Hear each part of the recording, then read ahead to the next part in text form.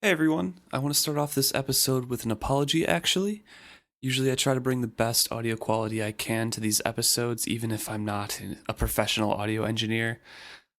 However, this week there was a very annoying malfunction that happened that we were unaware of while recording. Emma's microphone has a very annoying feedback buzz in it every time she speaks. So after the fact, I tried to edit that down as much as possible. You can still hear a little bit of it, and that's why Emma's voice sounds so muffled this week. And trust me, it does sound way better now, even if you can still hear a little bit of it. Once again, I apologize. Please forgive me, and hopefully everything will be back to normal and should be good next week.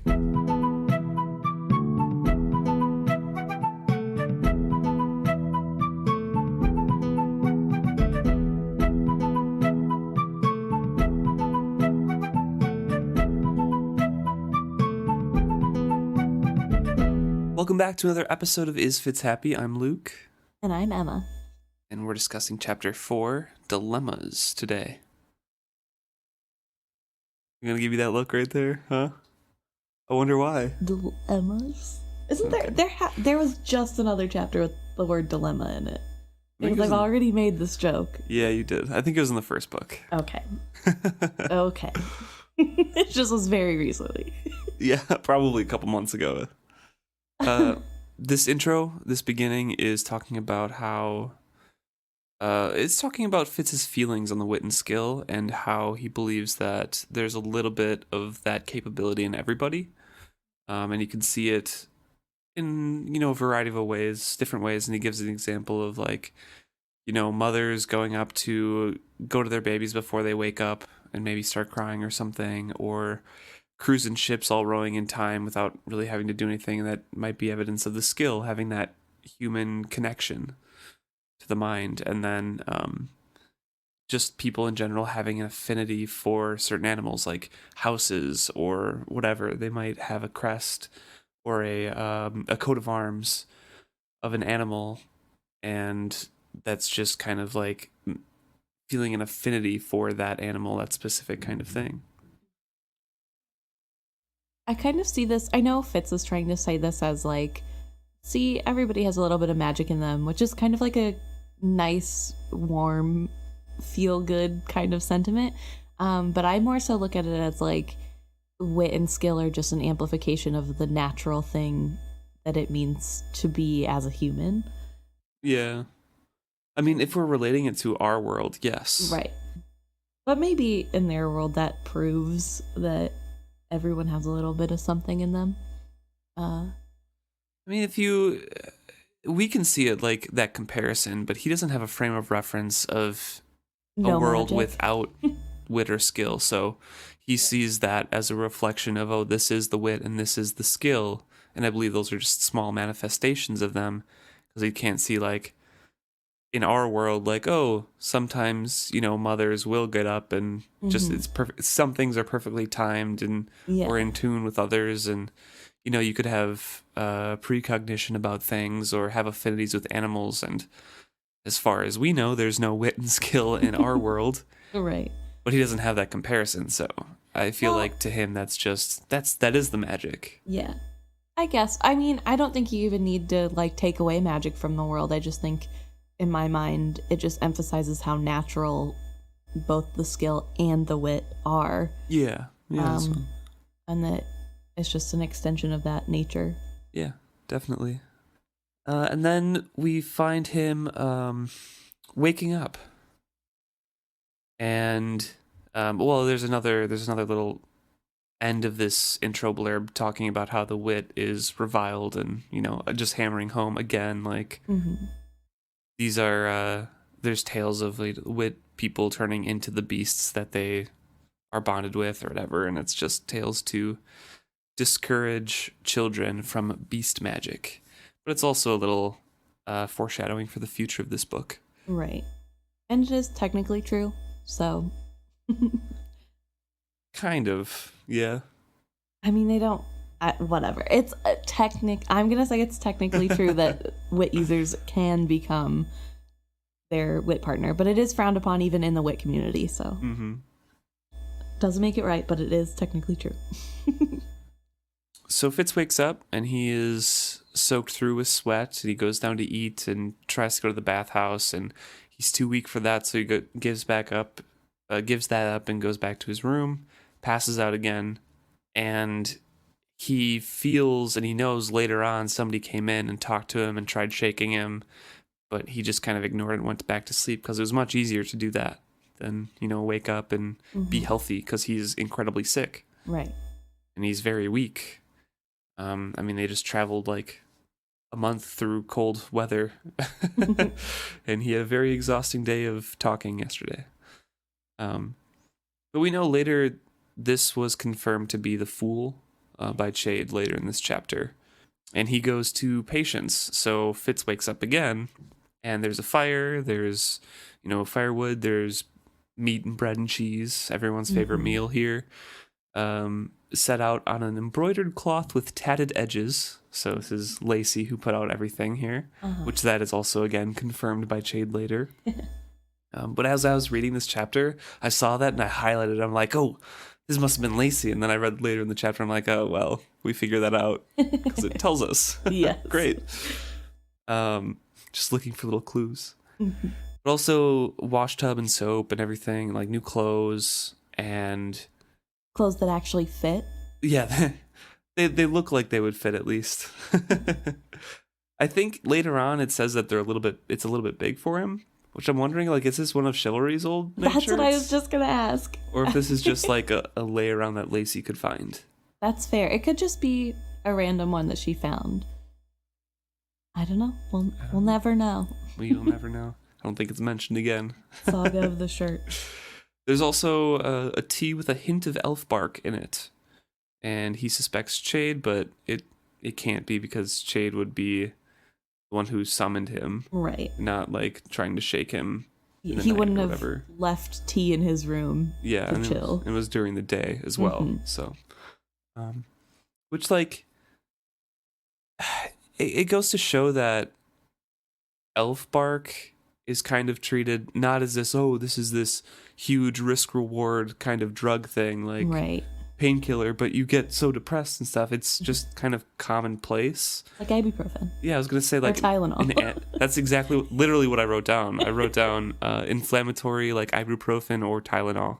Except it makes you super depressed instead of in like large better. Quantities. Yeah. Yeah.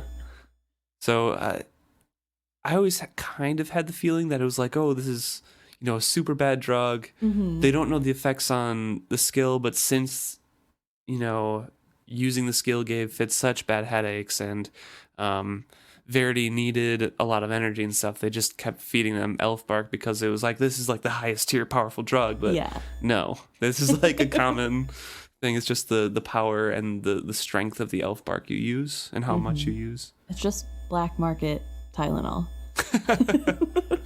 It's Except really bad commonplace. effects.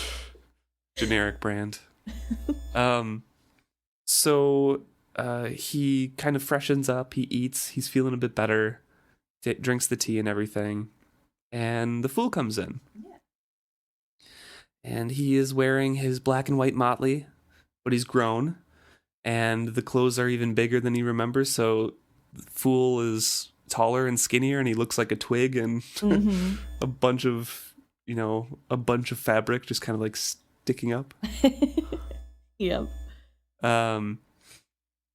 Smiles at Fitz, and Fitz kind of gestures around and assumes that it's him that made all of this happen. And the Fool's like, no.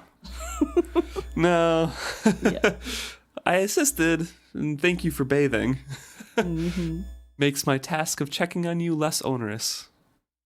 I'm glad you're awake. You snore abominably. So everything, like, good he says, like, I assisted in helping this, but you really smelled, so thanks for bathing. And I'm glad you're awake, because you snore really badly. It's just, like, always offset. Nice. Yeah. I wonder if it's just his fear of being vulnerable that is the reason that he does this. He can't show any weakness towards anyone, because he doesn't know he can trust Fitz yet. But it is kind of cute, just the little difference in Fitz and the fool and how they interact. Yeah, definitely. And they have a little conversation how, Fitz comments that he's grown, and Fool comments back like, yeah, you have too, and you've been sick, and you slept quite a long time. You no longer smell. You still look terrible. It's late afternoon. Any other obvious facts you'd like to review? I miss the fool so much. And they have that little conversation, and Fitz brings up that he dreamed about the fool. The fool has a dubious look on his face. And then says, "How touching. I didn't dream of you." Yeah. Very cute. Very cute. Loving this exchange. And Fitz doesn't go into any explanation of that because the fool kind of, cuts him off. He doesn't really care. He cares. Yeah. But outwardly, he does not care. He then says, like, I actually have to go. I have to go to the king because the king's expecting me. You're going to skip the part where Fitz says, "I missed you"? That's true. That's my favorite part. I circled it. Fitz says, "I've missed you." And he enjoyed the brief flash of surprise on the fool's face. And the fool replies, "How droll." I just thought that was a really funny exchange. I mean, all of these are really funny to me because I love the fool and just his whole attitude. But I could not let you get away with skipping. It is a great exchange. Yes.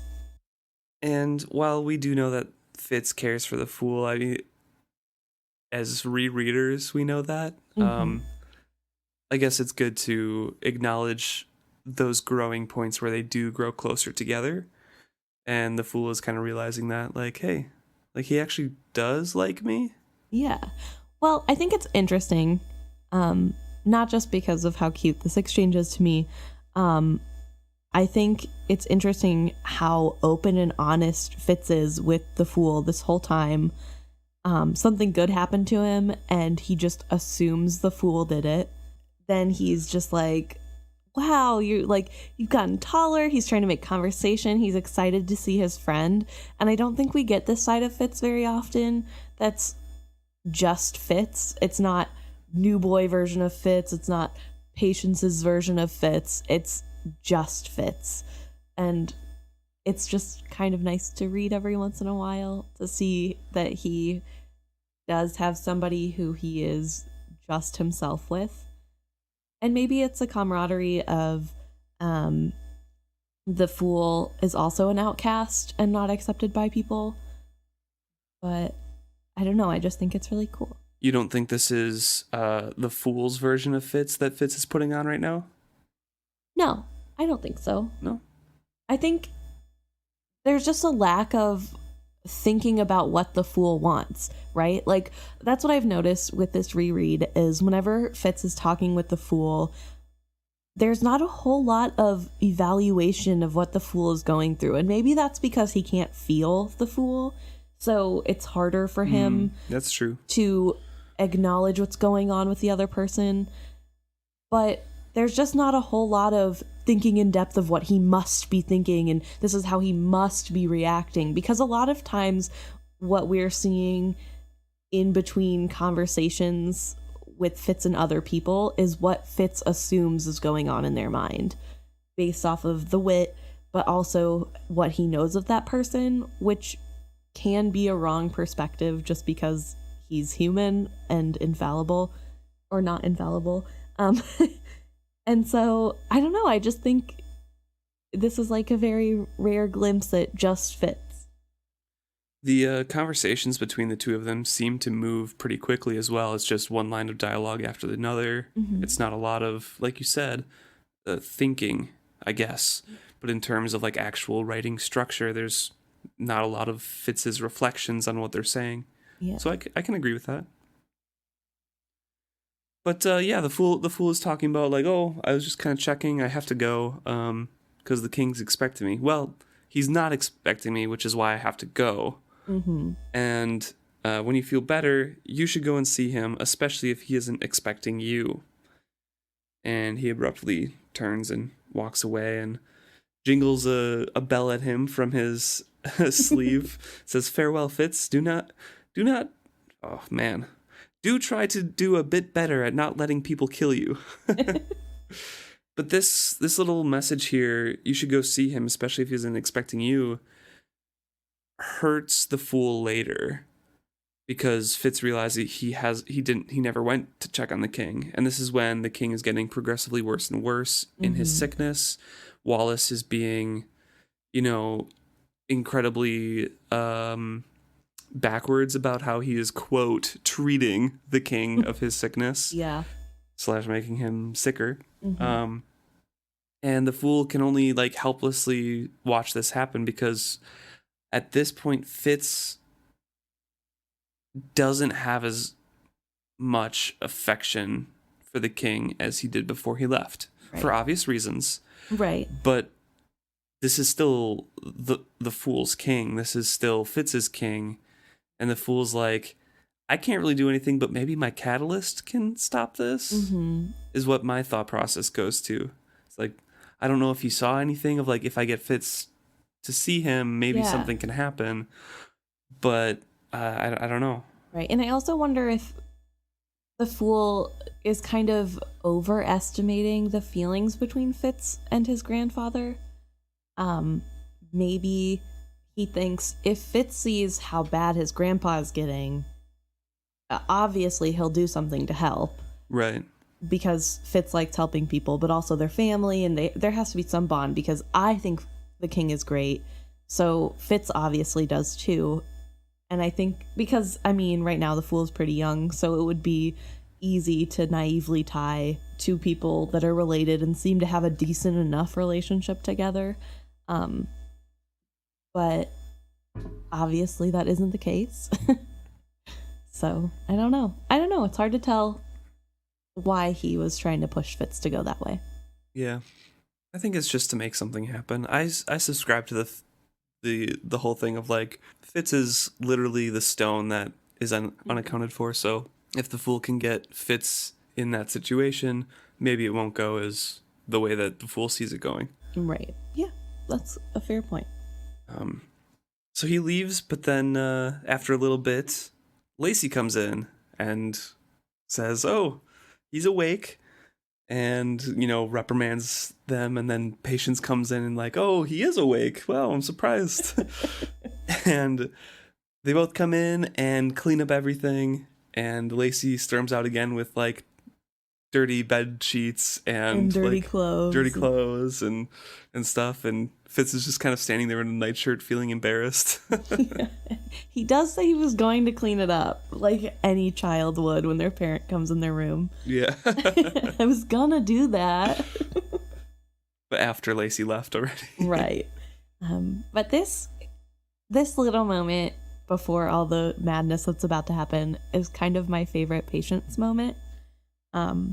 Between Patience and Fitz, she tells him, or she gestures imperiously at the bed, and reluctantly Fitz goes to the bed and gets in, and then he felt more at disadvantage. She emphasized it by leaning over and tucking the covers around me, she being Patience. And I just think this is so sweet because Patience has wanted to be a mom and kind of sees herself as tentatively Fitz's mother. Yeah. And this is an instance where she gets to help her sick child and tuck him in. Also reprimand him. Yes. Yeah. But I think just the delicate moment of a mother tucking in a sick child probably meant a lot for her. Oh, yeah. Just because that's probably something she's always wanted to do. And now she has an excuse. And I don't know. I just really love that little touching moment of motherly patience. And then she abruptly brings up Molly. Yep. And they move on to that conversation. And immediately starts blaming Fitz for using his weakness to lure Molly into his room. Mm-hmm. And, upset her with his accusations. And all those things, and say, "Oh, if you weren't so sick, I'd be super mad at you. But as it is, I'm very disappointed."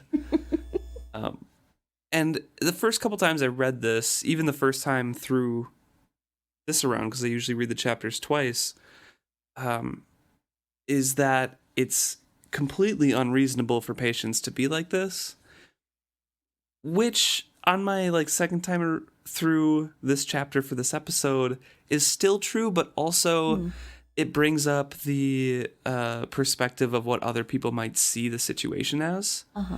They would see, the royal bastard luring a servant girl into his room. If they hear about the situation, they would see Molly upset afterwards and make assumptions about things. Right. Obviously, Patience knows a little bit more, so draws out that story a little bit more in the wrong direction.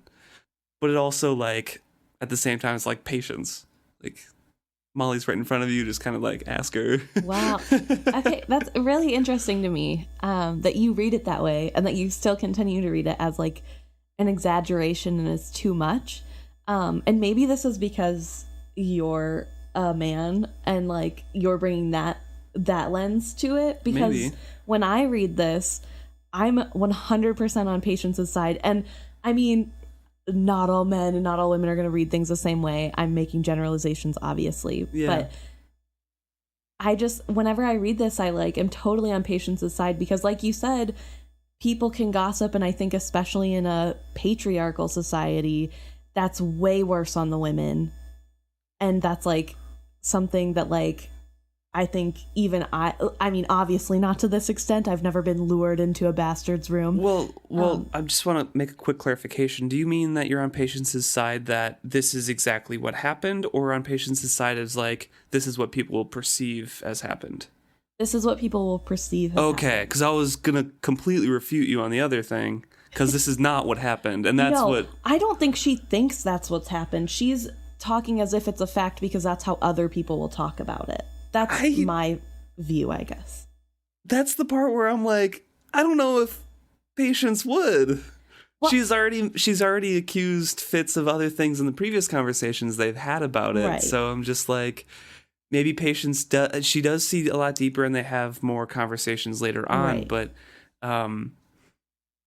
just announcing it straight off the bat like this is will immediately put Fitz's back up, and that's not what happened though. Right. Well, so it's not a good way to do that. I don't think it's a good way whether she believes that actually happened or not. Regardless, I think that's just who she is and her style. She doesn't beat around the bush. She doesn't find a gentle way to start things. She just says what she thinks and expects you to be able to decide if it's not true, I guess. But I also think that even if she does truly believe this is what happened in the moment, it could be because she thinks that Fitz is raised by Burek, and that's true. I mean, Burek doesn't have that great of a reputation as far as being not a womanizer. So before Fitz, I don't even think he has that reputation of being a womanizer. Well, the women thinks he's really hot, but right. And they speculate on what it would be like, but everything that we've heard about him is that he's kept to himself. Right, but this is also when he's taking care of a kid who has to share a room with him. Right. He's trying to instill good values into, which Patience would not know anything about. So maybe before that, he didn't, maybe. Or he did bring... But there's no, evidence of that, I would say. I guess that's fair enough. I don't know. I just think that... But I can agree with, Patience doesn't see the best side of Burek in any situation, so... Right. Rumors are enough for her. Yeah. I don't know. I see it as Patience thinking that this is the way it went down, at least to begin with, because she conflates that beginning part of a recap of what happened with at the end of that paragraph and the end of her sentence there saying... what you have to do now. You did this. This is terrible. You have to do this. You have to do this. You have to behave honorably to her and everything. It's not just a point of view. Mm-hmm. And then, going into it, it's this is what happened. You have to do this to correct it. And then Fitz is like, no, that's not what happened. And she goes into her explanation more. So I feel like there's a little bit of, in her mind, of like, Fitz knew exactly what he was doing and lured her in and everything, when we know that he said, go away, and then Molly dragged him and threw him on his bed. Right, yeah. But to be fair, this is how other people would talk about it. Yeah, so that was another know. point. Yeah. So I don't know. Maybe I just like have too rosy of glasses on when I look at Patience, just because I love her as a character. But I think this is more coming from a place of like personal experience for her, and she just doesn't want that to happen to Molly, because Molly is a good person, no matter who doesn't like her out there. She is just kind of an innocent in all this, especially someone who doesn't know what court life is like.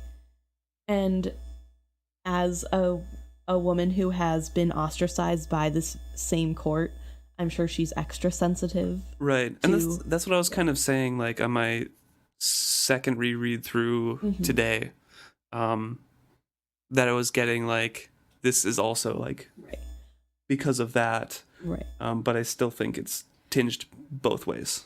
I guess.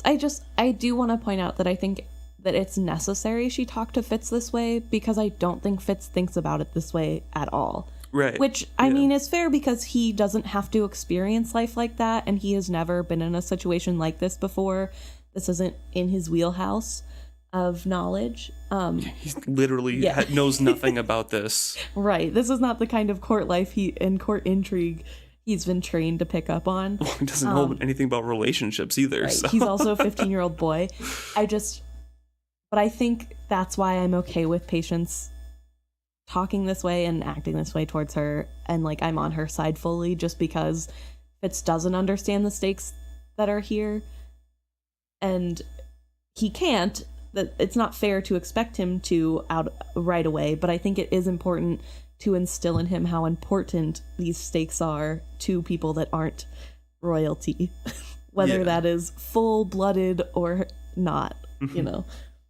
And Fitz tries to play that off, like, oh, it's just, like, it's a simple misunderstanding between Molly and me had suddenly become a serious matter, because he still thinks of it like, oh, this is just, you know, we just can clear it up with a quick talk, it's fine, there isn't importance on it, and he doesn't realize, you know, what his birth, because he's been talked down to about his birth his whole life, he doesn't understand the importance of that birth and the effects on other people because of who he is. Right.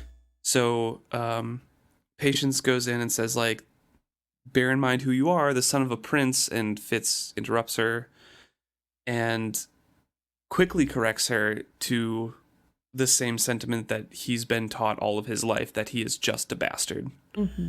I'm Fitz. I'm FitzChivalry, chivalry's bastard.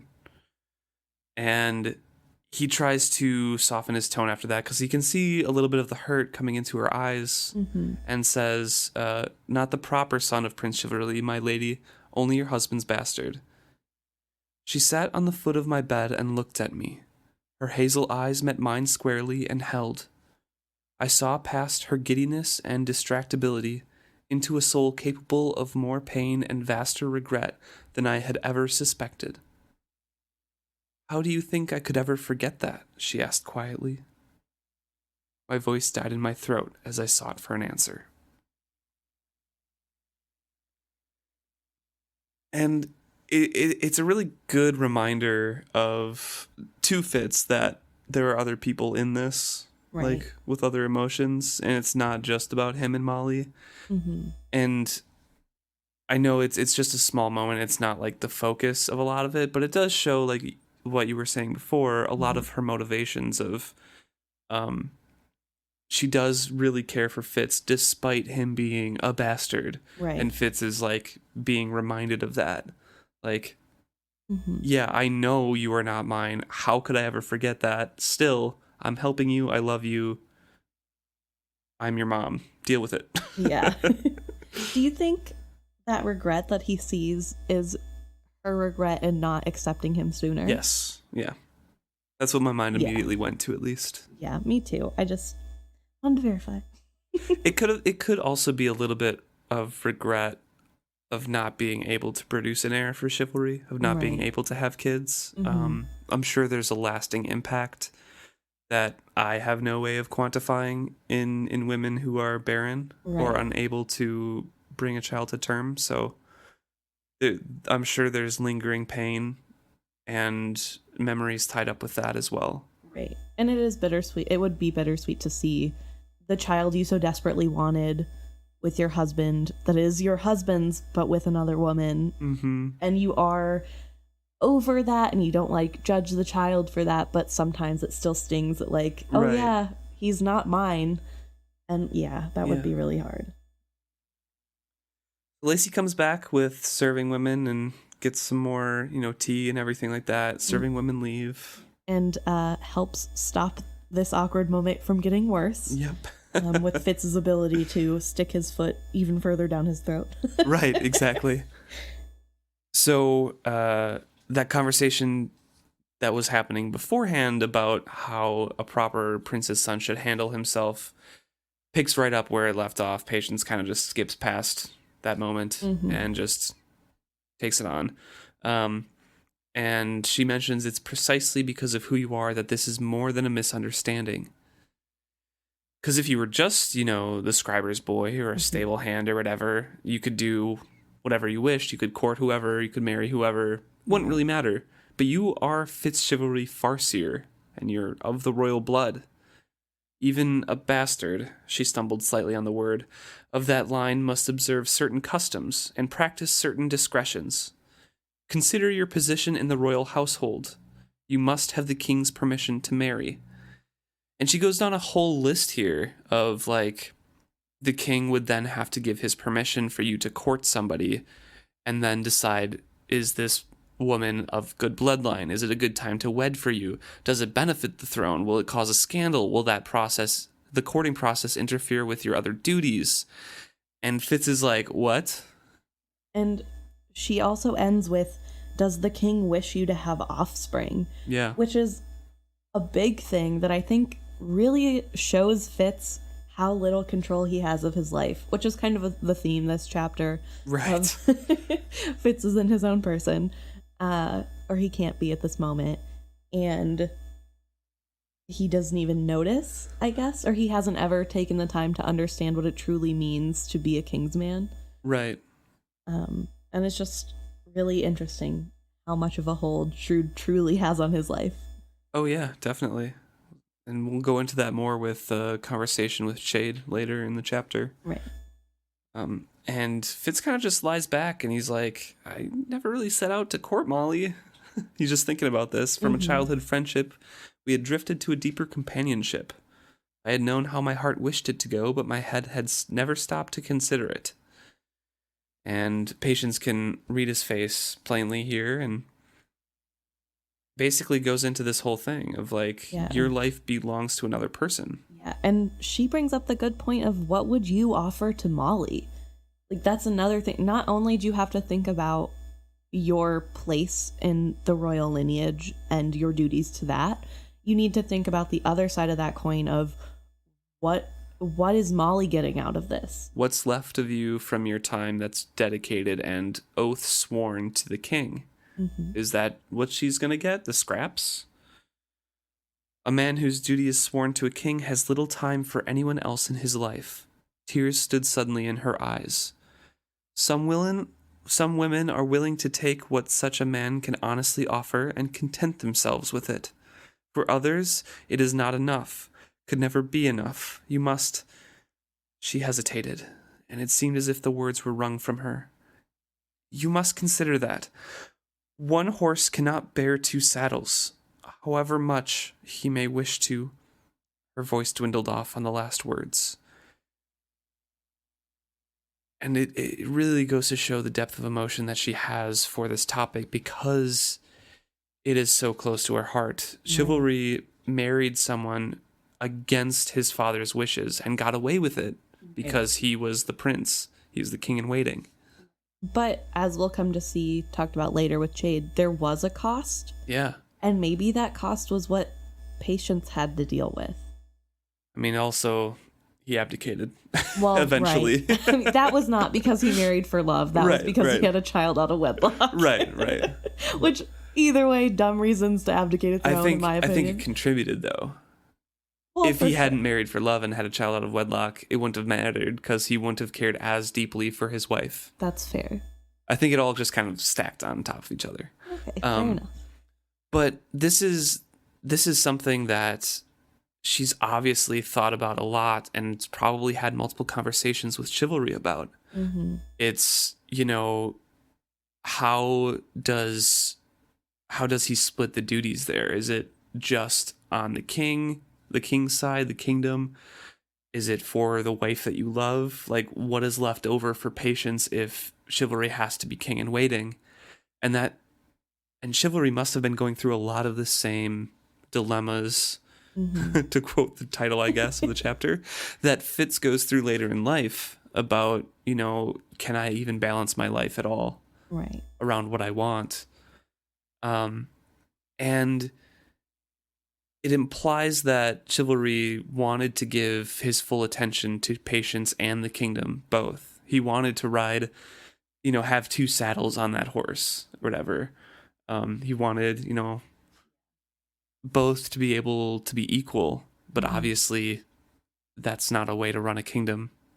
And I wonder too, if a little bit about this trepidation we're seeing from Patience, this whole talk of there's nothing, you're giving her scraps and some women can never accept that as enough.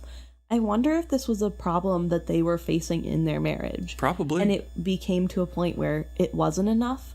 And maybe Fitz coming forward was the excuse Chivalry needed to let go of his duty to the king so he could step away and devote more time for Patience to save their marriage. I don't know. Well, it wouldn't be to save the marriage because I don't think Patience would ever I don't think they're splitting up after you're married to a king in waiting. That's fair. But I think Chivalry would probably be able to notice the pain and notice the distance and everything like that. Because I'm sure because she's saying that it can never be enough and you can't have two saddles, that even though Chivalry tried, he wouldn't be able to split his time equally, and I'm sure Patience was left behind a lot. Mm-hmm. And yeah, with that, I'm reading this chapter again, I completely agree with your assessment of that. He probably stepped aside because of a lot of those issues, and it wasn't just because of Fitz or whatever. I don't know if Fitz would never understand that, probably. Right. But it's a tough thing, and Fitz has to confront it like Patience had been confronting it with Chivalry for so long. Yeah. And she doesn't want to wish that on anybody else. No. And she wants to make sure that if someone else is put in that position, they know what that position means going in, I think. Yeah. Which she continues, after pausing for a brief moment, to talk about what Molly brings to the table and how Molly is a respectable woman and she's bringing a business. She has a trade. Yeah, maybe not right now does she own anything, but in the future, for sure, just based on her talent alone, there's no way she won't own her own chandlery. She has a full skill set to have a business. Right. What does Fitz bring? Yeah. She points out, you're poor. Yeah, you don't have a fixed allowance from the king. You live on his largesse, basically. You were trained here, you live here, everything. You're just allowed to stay. You don't have a full scriber's capabilities. You can't make it as a stable person. Yeah. That's not a real job. You're a good stable hand, yes, but that is not how you earn your bread.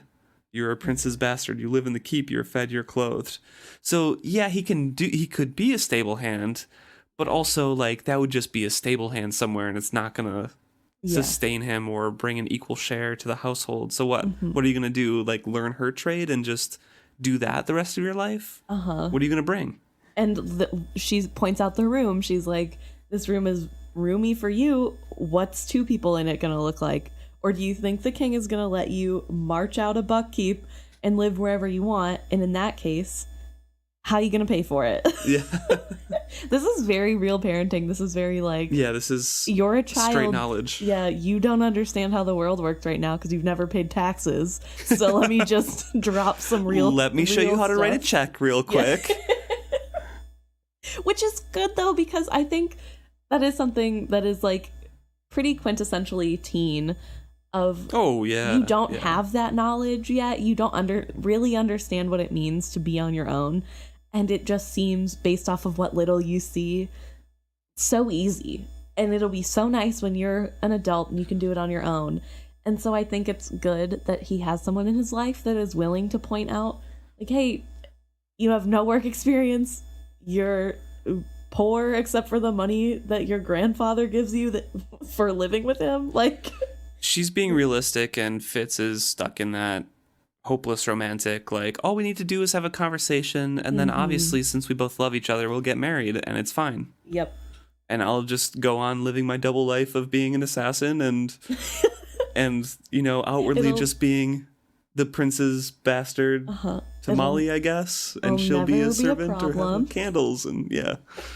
And she goes through that whole thing and then eventually says, you behaved as a thoughtless boy, which is true. Yeah. I know you meant no harm, and we must see that no harm comes of it to anyone, but most especially to Molly. You have grown up amidst the gossip and intrigues of the royal court. She has not. Will you let it be said that she is your concubine, or worse, a keep whore? For long years now, Buckkeep has been a man's court. Queen Desire was the queen, but she did not hold court as Queen Constance did. We have a queen at Buckkeep again. Already, things are different here, as you will discover. If you truly hope to make Molly your wife, she must be brought into this court a step at a time, or she will find herself an outcast among politely nodding people. I am speaking plainly to you, FitzChivalry, not to be cruel to you, but far better I am cruel to you now than that Molly will live a lifetime of casual cruelty. She spoke so calmly, her eyes never leaving my face. And again, I think this goes to show her experience. Mm-hmm. She was a noble's daughter. She had a vast holding, but it wasn't, I don't think she's actually like nobility. Right. It doesn't seem like she lived in the capital, so to speak. She wasn't somebody who probably regularly visited. Was it Withy Woods? Yeah. She grew up on Withy Woods? Mm-hmm. Okay. Yeah, it's a little bit further away. She didn't have the normal upbringing of court intrigues. Well, think about the first time she met Burek. She showed him her bare foot, which is very scandalous. So, I mean, ankles. Someone who is so backwoods like that, she's kind of a hillbilly in these people's eyes, I'm sure. Yeah. Would find it hard to figure out. Because I'm sure in Withy Woods, nobody's backhanded complimenting you or... Right, yeah. Well, and she didn't have, a structured lesson plan either, because she just kind of picked something up, dropped that tutor, and went on to the next thing and taught herself stuff. Yeah, she had a very unique upbringing. So I doubt she would stay in there long enough to learn social niceties. Right. And, this is how people talk or whatever. She didn't have that experience. So, well, also I just think she doesn't do things just because that's the way they're supposed to be. Right. And that seems to be a very big staple of court life, of these noble ladies showing how noble they are by only doing one thing or just a few different things. And she probably wouldn't have enjoyed that and wouldn't see the point in pretending. So with all those differences, when Chivalry is courting her, he has to bring her to court. Right. To the noble court, the royal court. And then she's thrust into everything, and he has his duties and can't really help it. I'm sure she sees the same similarities in Kettrican as well. Right. Of just fish out of water, stuck into the court. And she doesn't want to have that happen to another person, Molly, who doesn't need to happen to. Let her get accustomed to it. Let her learn her place. Feel out everything. Learn things. Yeah. And then can gradually be introduced if it's, allowed to you, Fitz. Right. If you can even do that. But she says that she is teaching Molly, and she's being an app student, and she's learning more herbs and things from Molly. And Fedrin is teaching her to read and write. But that's all that's happening right now. That's all that can happen. You cannot really be associated with her because she has to be a woman, not the bastard's woman. Yeah. She's not property. It's like you can't just claim her. And this is like, it'll be fine. Right. And also, I'm sure she's hoping that with a little bit of distance, Molly will find somebody better suited for her, and Fitz will forget about her, which well, it will not be the case, unfortunately, for everyone involved. Well, if her plan succeeded, who knows? But they do not listen to the no contact thing. Right. Both Fitz and Molly kind of jointly ignore that. Right. And Fitz is like, I need to speak to her alone just once, just briefly, then I'll promise to abide by your rules of leaving her alone.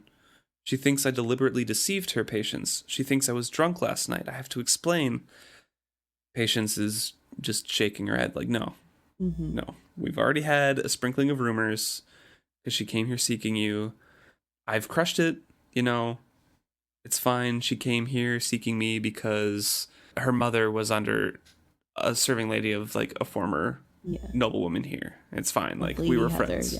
Yeah, of Lady Heather during the time of Queen Constance's court, which is true. And so she does have the right to seek me out because I was friends with Lady Heather, whatever. So Patience kind of wrapped it up. I quelled it. We're good. Don't spark anything else. Right. Which also shows that Patience is actually more adept at court life than Fitz gives her credit for. And I mean, she recognized that a rumor was going to be started, and she quelled that immediately. And she knew exactly what to say to make it acceptable for Molly to be there. Not only did she stop the bad rumors, she replaced it with a half-truth that it's an art Chade would and is impressed by. Yeah. Although he says later that he would have sent Molly away rather than keep her in the castle. But this depth here is, I mean, if you look at it, she's incredibly intelligent. She learns things super quickly, and there's no way that Chivalry would have been married to her or courted her without some of that knowledge being passed along. Right. Like, of those courtly intrigues, like, oh, this is what's going to happen. Because Chivalry learned from Chade. Right. Like, and is getting those whispers, so he can, like, just kind of like, oh, you see this woman over here? She's going to do this and this because of this note passed along, and these whispers will spread. And you think he would have cared about what the ladies are doing in the castle? It was an example. Right. But, I mean, Chade would have. So I guess, yeah. So I feel like Chivalry was the perfect king-in-waiting prince. I feel like he would have been paying attention to everything. I feel like you're associating him with Verity. No. I want to say that I think Chivalry is blessed with dying young and having a good reputation, and his reputation clouding over any unniceties about him, I guess. And I think he's a lot more similar to Fitz than we probably know. I don't know that for sure, obviously, because there are no first-hand accounts. But I think he's a little bit more oblivious and like Fitz, and this is why Patience is so upset in this moment, because this is so like Chivalry to not even think about. And maybe that's just me. I feel like those are him. different situations, though. Right. But I'm saying that I think not between Fitz and Chivalry, but between Chivalry's knowing and like imparting some of that knowledge and Chivalry being oblivious about what he's doing. I think those are different situations I'm talking about. I'm saying that I think he would be a little oblivious to his wife struggling in court. Maybe he would know that there was something wrong. Sure, I can agree with that. But I think Fitz gets it from somewhere, and it's probably the Farseer side. No, I can understand that. Yeah. I'm speaking more of like Patience would have picked up on a lot of the intrigue and that through secondhand knowledge of Chivalry talking to her about what is happening in court. Oh, I see. Yeah. I thought you were saying that he's telling her what's happening in court, but then being the way Chade is to him and like suggesting she do certain things for certain ladies, and I'm like, no. No. He's not giving her advice. I was giving an example of like if they're at a dinner or something, he could like just offhand like lean over to her and say like, hey, this person's gonna do this, or like, you know, see those people acting over there? It's because of these rumors and stuff. And like that's fair enough. Just have her absorb that kind of thing, because she's super intelligent and she can grasp those things, and she's been around court for a long time, right, and had to deal with all of the machinations that chivalry had to deal with. Yeah, that's fair. So much more adept than many people would give her credit for in a lot of different things, because she is non-traditional. Right. And the nobility of the Six Duchies doesn't care for non-traditional people. Well, I also think there's a little bit of she's a woman, so how good which I guess maybe isn't fair, because there are women fighters and women have similar roles, but I think there's still, it seems as though from what Patience is saying, women are still kind of looked down on because it's so heavily men. There's just not really any women in power, and so that kind of breeds its own kind of I think Queen Desire definitely had a lot of fault in lowering the stance of women in the nobility's eyes. She created the sycophants that like fanned their faces and like just gossiped and stuff, and I think that perpetuated didn't help women in general. Right. The way that Queen Constance is talked about, it seems to be much more of like a woman in power who was a queen. Yeah. You know? Yeah, that's fair. I would love to know more about Queen Constance. Yeah. She seemed like accepting to Patience and stuff, which is awesome. Yeah. I would love a little story pre-Fitz. Just anything. Literally. Please, Robin Hobb, if you're listening.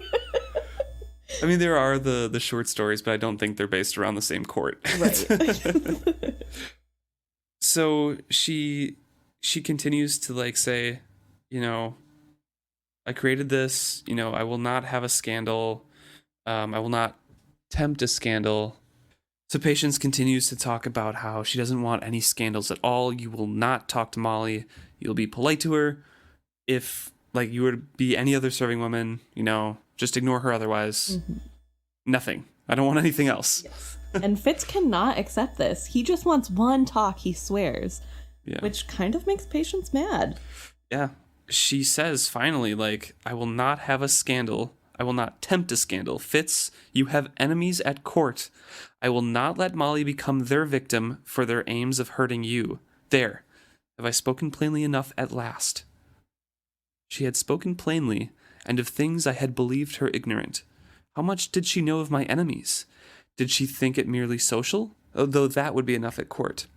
I thought of Regal and his sly witticisms, and how he could turn and speak softly to his hangers-on at a feast, and all would smirk to one another and add soft-voiced comments to the prince's criticism. I thought how I would have to kill him. I mean, he thought he was being very circumspect about, like, you know, his position in court of, like, people do actually, like, hate me and stuff.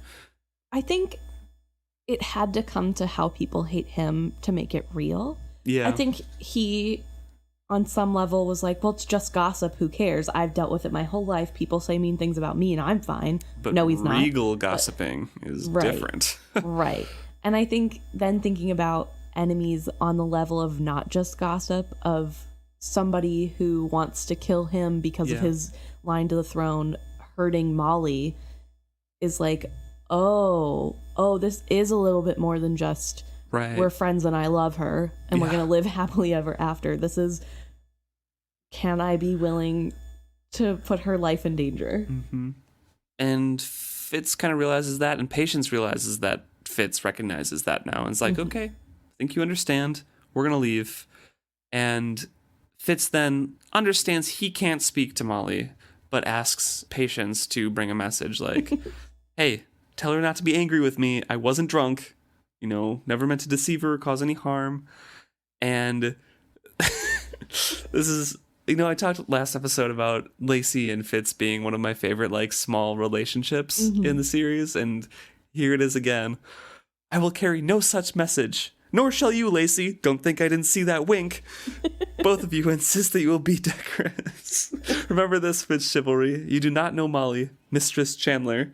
She does not know you. It is how it must be. Now come, Lacey. FitzChivalry, I expect you to get some rest tonight. They left me. Although I tried to catch Lacey's eyes and win her alliance, she refused to glance at me. I could just see that, like, Fitz asking, like, hey, can you bring a message saying, like, don't hate me, like, I wasn't drunk? And Patience, like, starting off, no, we can't do that. And Lacey just giving a little subtle a little wink. wink, like hey, don't worry, it'll happen. I got you, bro. Except Patience just accidentally saw it. It's like, hey, wait a second. No, I forbid you. It's kind of like a very, like, the Lacey is the dad of this relationship, where the dad's like, don't worry, son, I'll break the rules for you. And the mom is like, no, you're gonna follow the rules. So I think it's very cute. Definitely very cute. But they do leave, and Fitz is just kind of like in his head now about all these different things. And he's thinking about, you know, kind of anything, and like contemplating in his room and like looking around, and he focuses again on the tapestry that's in his room. King Wisdom and the Elderlings.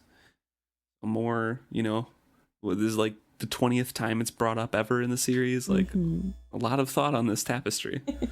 Hear about a lot of the nightmares that he used to get when he was a kid. It was woven in the old style. King Wisdom appeared strangely elongated, while the Elderlings bore no resemblance to any creatures I had ever seen. There was a suggestion of wings on their bulging shoulders, or perhaps that was meant to be a halo of light surrounding them. That description right there seems like it's King Wisdom and dragons and not just Elderlings. I know we kind of discussed of what depictions were Elderlings and what were dragons and how they were mixed, but describing them as creatures he had never seen before makes me think of, like, this is actually like dragons. Yeah. Did you get anything out of, like, King Wisdom being strangely elongated, or was that just a woven in the old style, like, kind of reference? I'm not sure. I was wondering if maybe it was just because he was still sick, and like it was a little bit of like he's getting a little loopy. Maybe. But I don't know. Maybe the artist was trying to denote that he was part Elderling or something. I'm not really sure. Yeah, was King Wisdom an Elderling? Or maybe he's I don't think so, freakishly tall. I don't know. It could be. My other thought was like woven in the old style. If you think of like medieval tapestries, the art seems to be my mind went straight to butt trumpets with the monks. Do you know what I'm talking about? Yes, I do. The old style. If you don't know what I'm talking about, please Google the monk paintings of butt trumpets. It's very funny. Chef's kiss.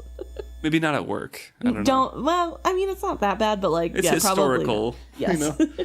But the proportions weren't always great in some of those old art pieces, so I wonder if it was just like that was the old style, and it was just figure. It was just strangely like taller than everything. So I didn't know if that was suggesting Elderling or if it was just art style, or I don't know. A good catch though. He falls asleep a little bit and is woken up to a draft because Chade's door is open now, and he climbs up. He's thinking and reflecting back on how this is pretty much how it was the first time I climbed. And, you know, he's just in a nightshirt. The stairs are cold, and it's cobwebby up here still. It's very familiar because it's not clean. The spring cleaning didn't go quite that far. And I was thinking, like, Robin Hobb brings attention to it here that this is pretty much how the first time was, too. Yeah. Do you remember what chapter it was in the first book? I didn't go back and look. Do you think it was, you know... Chapter 3? Chapter 4 of the first book? I don't know. I'm going to check, though. So it is chapter 4 of the first book where he goes to meet... Chade, yeah. To meet Chade. It's called Apprenticeship, and wakes up with him standing over it. It's that's an interesting thing. Yeah. I don't know. I like it. Beautiful work of art. Very symmetrical. But as he goes up, he notices the differences between this time and the first. That maybe Chade is holding the paper or scroll he's looking at a little bit further from his nose than he once had, and were his spare arms more desiccated? I wonder if he had aged the months I had been away, or if I had simply not noticed before. And I think that's interesting. I think it's a little bit of both, personally. I think stress, obviously. I mean, Right. Shrewd is getting sick. He's probably scared for the future of, Also, you know, Fitz his almost brother. died. It's almost died, and they didn't know if he would survive even after he almost died. Verity was almost killed. Yeah. Their skill things. master died. Yeah. I think, interestingly, this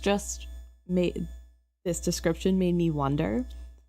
Because right now, Chade is what, in his 60s, we think? Oh man, I'd have to look back on my notes about this, because We don't know, it basically. easily gets weird because he's so old at the end. He could either be, like, depending on how you measure it, he could either be like 110 or like 120s. Right. Well, I'm just saying this because, so he's the older brother, which I always forget. I don't know why, but I always think Chade is younger. He's around for much longer. Yeah, I guess. But it's just interesting that Shrewd is suffering from what I assume to be a type of dementia. Like, Could be drug induced though. right, or from the skill. Yeah, It or could the be skill. weakening his mind, and sure. But it's just interesting because, I mean, that is ultimately what happens to Chade. And so maybe it is that, but I just think it's so interesting that it happens to Shrewd so young. Because, I mean, if Chade is in his 60s, Shrewd is not far behind. Right. So, and that's not that old. I mean, honestly, he's pretty young for the kind of symptoms he's feeling. And maybe, I mean, obviously I'm not that age yet, but I assume. Like we talked before, though, it could be Will siphoning his power away from him already. Yeah. We have to watch out for when that actually starts to happen. But we also know that he's being poisoned and being kept sick at the moment. So True. That's a good point.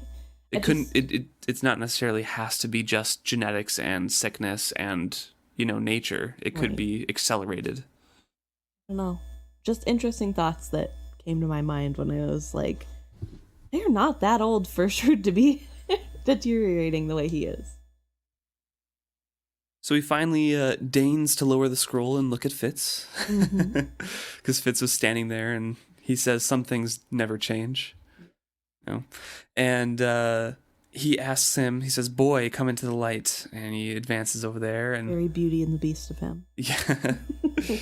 And he remarks upon something here that comes true in the later parts of this series, this trilogy. He says, "Were we ambitious traders, you and I, we would make sure folk marked your resemblance to chivalry. I could teach you to stand as he stood. You already walk as he did. I could show you how to add lines to your face to make you appear older. You have most of his height. You could learn his catchphrases and the way he laughed. Slowly, we could gather power in quiet ways, with none even recognizing what they were conceding. And one day, we could step up and take power." He paused.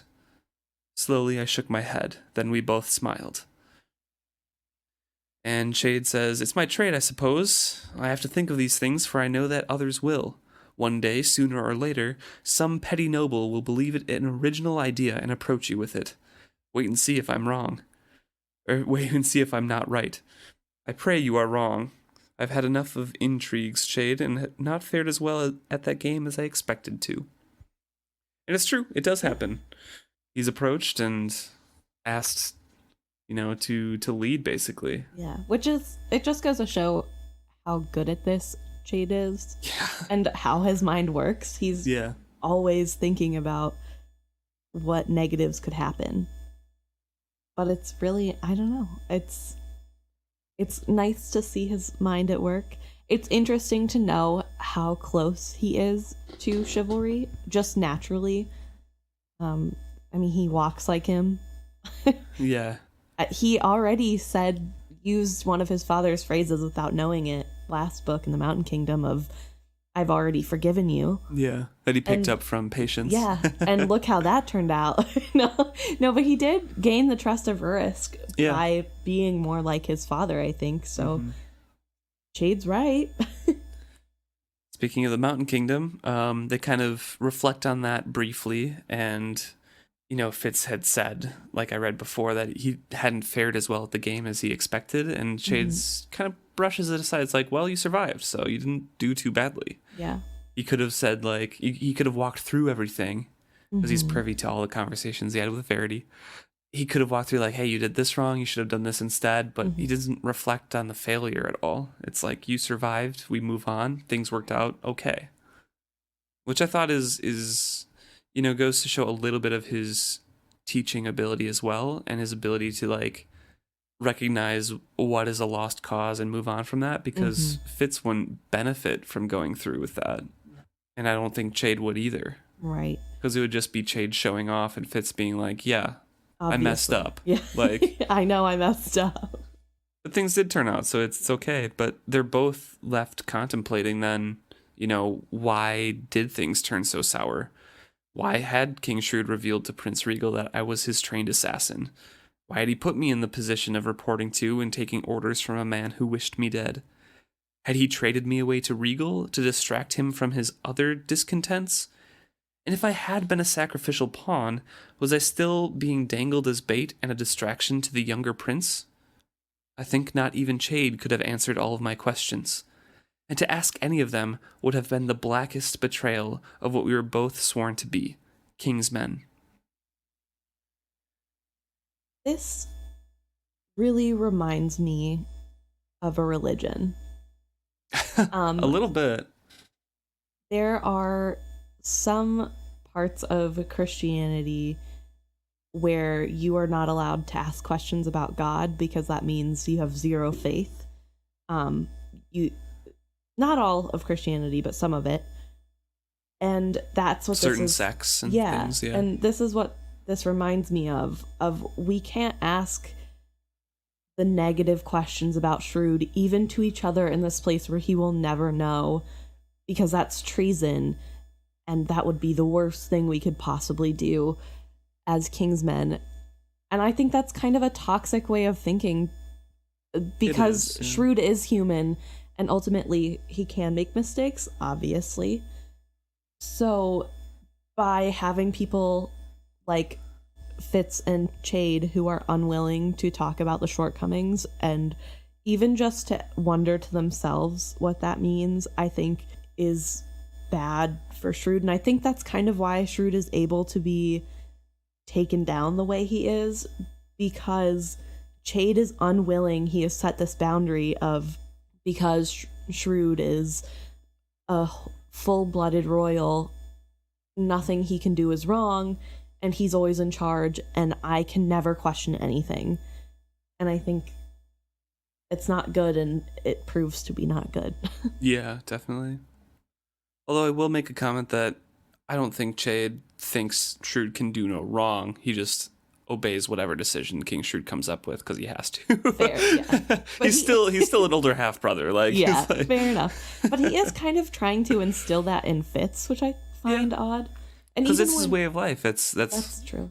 What it is. That's what he was born to do. Is what he was trained to do. Is what he trained Fitz to do. So he's got to keep that tradition, like we were talking about. That's the way it's always been done. I just don't like it. Yeah. So they can't really talk about that, but Fitz can feel that is a question hanging in the room. So they kind of just move on past. They talk about little things like Fitz asks after Slink the Weasel, and he haltingly offered sympathy over Nosy's death. And then they talked a little bit, or asked a couple questions, I should say, about things that made Fitz aware that he knows everything that he told Verity, basically. And that little line of, offered sympathy to Nosy, do you think it's haltingly because he doesn't know how much it meant to Fitz, or he suspects that he's witted? I think we've had these conversations before, but I don't remember where we landed of, does Chade know Fitz is witted? Because I don't think he knows. Right. I think he suspects that there's something weird going on, but doesn't Well, have anything confirmed. And usually Chade's suspicions are pretty solid. here's my thought process. Why would a dog that has lived almost all of its life in the Mountain Kingdom, made obvious by the fact that it was a very old dog, sacrifice its life to save a boy he knew as a pup? You know? And I mean, like, sure, Fitz probably didn't say anything that was that weird, like, oh, I knew that dog as a puppy and it saved my life and it, like, I'm sad about it. Because Would of he course say that would he be. saved his life? I don't know. He seems to tell Verity everything, but maybe he didn't. I don't know. But Yeah. how else would he have known Nosy was dead? Did Nosy just happened to die and he brought Right. that up, you know? I don't know. But it makes me feel like, as somebody who isn't Fitz looking in, it's a little suspicious that a dog that he on the surface barely knew saved his life for apparently no reason. Well, I mean, Chade has a pretty good memory as well. Right. And Barely Knew is interesting because they did literally follow each other and sleep together for months. Right. Like, they were not separated. Right. But for years, they were separated. Right. And do dogs go into bathhouses randomly, regularly, and pull out people drowning? I don't know. If he was following Fitz around like he guess, normally did, yeah. you know? That's fair enough. I He's just feel like there's a little bit of suspicion that could be laid at that if you had a keen mind like Shade Yeah, did. I think so too. I think he's a suspicion. But he doesn't have anything confirmed. He doesn't know. But that haltingly offered sympathy is like, I don't guess know. I'll offer sympathy because I don't really know what this means to you, but I Also, feel like it's important. Yeah, it was your dog, but not your dog at all, so... Right. All right. We'll pick this up in the next episode. We'll have a little bit of a break in between here. It's a very long chapter, so I know it's a little bit of an abrupt finish, but thanks for joining us.